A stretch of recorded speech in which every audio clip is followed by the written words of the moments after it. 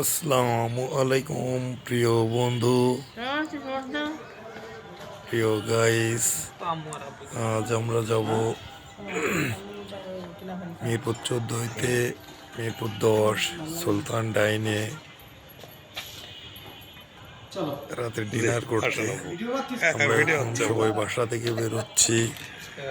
বাসাতে তালা দিয়ে বেরিয়ে আসলো আমার শ্রদ্ধেয় শ্বশুর। আমার শালিকা আমাকে হাই দিচ্ছে, ভাইয়া বসে খাবেন। বাসা থেকে বেরিয়ে আমরা চট্টগ্রাম থেকে রিক্সা নিলাম। রিক্সা যোগে আমরা এখন যাচ্ছি মিরপুর 10। তো যেতে যেতে আপনাদেরকে রাতের ঢাকা একটু দেখাইতে দেখাইতে যাচ্ছি।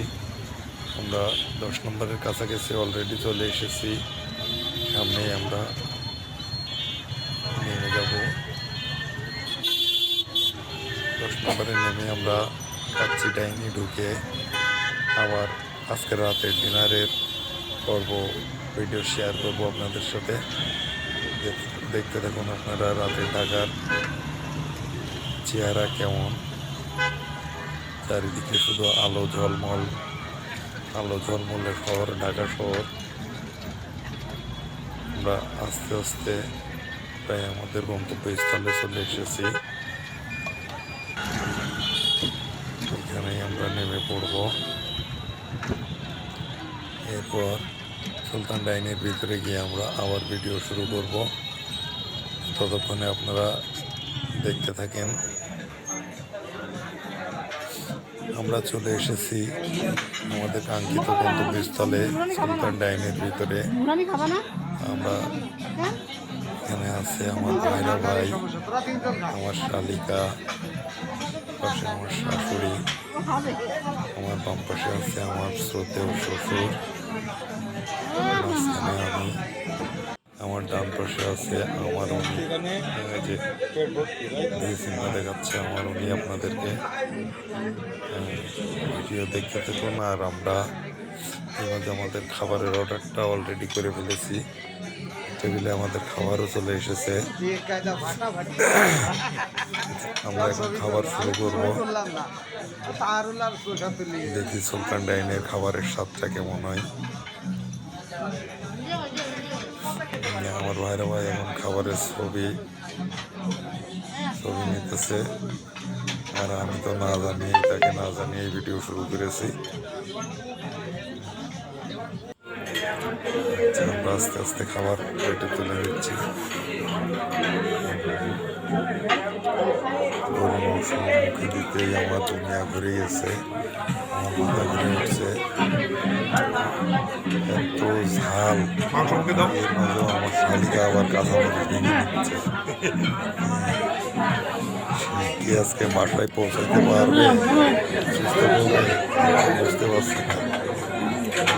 এমনিতেই এত বেশি পরিমাণ মরিয়েছে, ভাত মাথা ঘুরাই ফেলছে আমার। আর আমার শালিকা কাঁচামরিচ ভেঙে নিচ্ছে। দেখুন অবস্থা।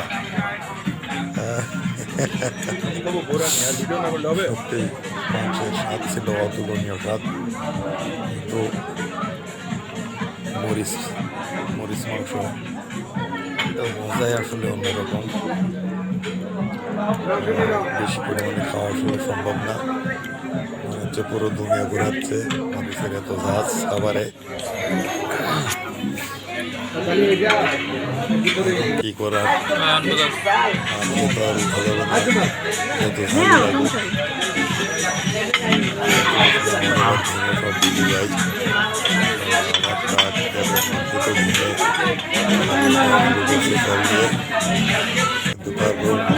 সময় নাই, শুধু খাইতে থাকতে হবে, শুধু খাইতে হবে।